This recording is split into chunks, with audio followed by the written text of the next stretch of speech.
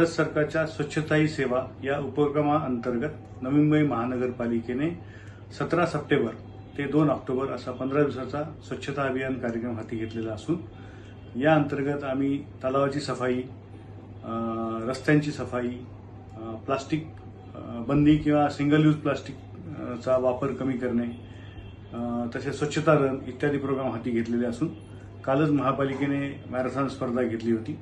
आज आम्ही पनवेल सायन पनवेल हायवे तसेच ठाणे बेलापूर हायवे याची स्वच्छता डीप क्लिनिंग केलेलं आहे। तसेच आम्ही सिंगल यूज प्लास्टिक आणि थर्माकोल बंदी या बाबतीत पण जनजागृती करत असून आम्हाला यामध्ये धर्माधिकारी यांचे अनुयायी यांचं आज मोठ्या प्रमाणात योगदान लाभलेलं आहे। तसेच नवी मुंबईतील जनता सुद्धा मोठ्या प्रमाणात सहभागी होत आहे।